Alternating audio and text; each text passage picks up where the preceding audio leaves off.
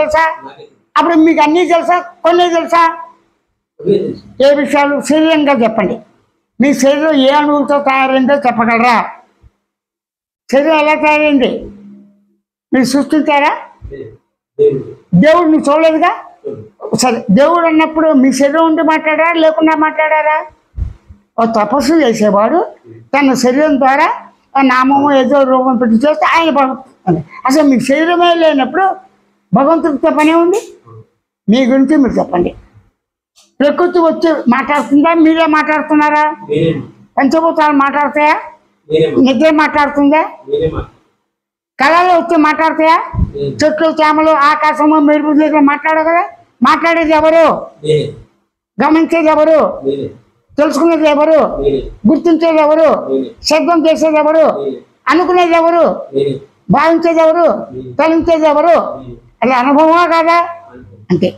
అంటే మీకు ఒక క్లారిటీ వచ్చింది. మీకు స్వానుభవం ఉంది. ఎలా ఉంది? జ్ఞానంతో ఉంది. తెలుసుకునే జ్ఞానంతో, గుర్తించే గమనించే లక్ష్యంతో ఉంది. జ్ఞాపకాన్ని సాక్షిగా గమనించే లక్ష్యంతో ఉన్నారు. భావించే లక్ష్యంతో ఉంది. తలంచే మన్నం చేసే లక్ష్యంతో ఉంది. అంతే కదా. నిద్ర సరిగ్గా పట్టలేదు, టెన్షన్ ఉంటుందా ఉండదా? నిద్ర దేని ఎవరి సంబంధం? నిద్ర మీరు రమ్మన్నారా? పొమ్మన్నారా? ఏ సంబంధం లేని నిద్రని నేను నిద్రపోయాను, నా నిద్ర నాకు అనుభవిస్తున్నాను. ఓకే, అహంకారం కాదుగా.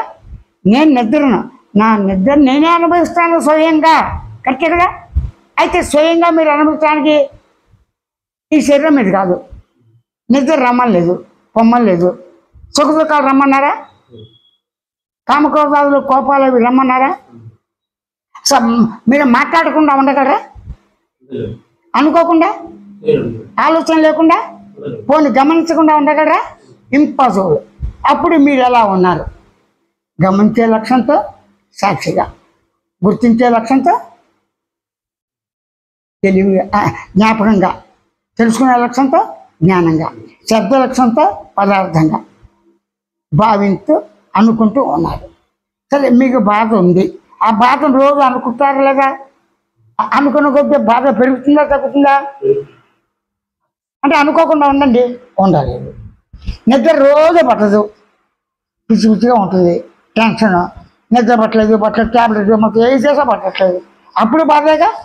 కళలో సుఖ సుఖాలు ఏవో వస్తూ ఉంటాయి, అవి బాధగా. మెలుకుల సమస్యలు ఉన్నాయి. అసలు బాధలు ఏంటి ఎప్పుడో చెప్పండి. ఆర్థికం వచ్చినా లేకపోయినా అమ్మ గర్భంతో బయటకు వస్తున్నా ఎందుకు చెప్తారు? డబ్బు లేక. అప్పుడు డబ్బు లేదుగా. ఏడవటానికి మీకు ఏడ్చే లక్షణం ఉందా? నవ్వే లక్షణం ఉందా? మీ అమ్మ నేర్పుందా?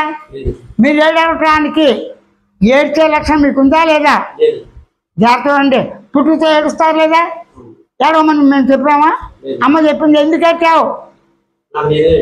ఎందుకు? ఆకలి, ఉమ్మిని. అప్పుడు ఆకలి తీరగానే అయింది.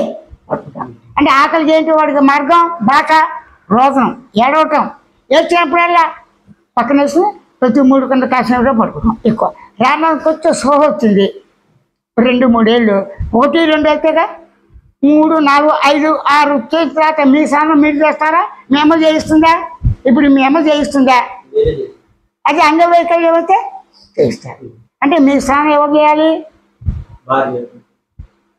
మీ స్నానం, భార్య స్నానం మీరు చేయిస్తారా? మీ స్నానం అది ఒక పనేగా. ఫస్ట్ నిద్ర లేవని ఏం చేస్తారు? తర్వాత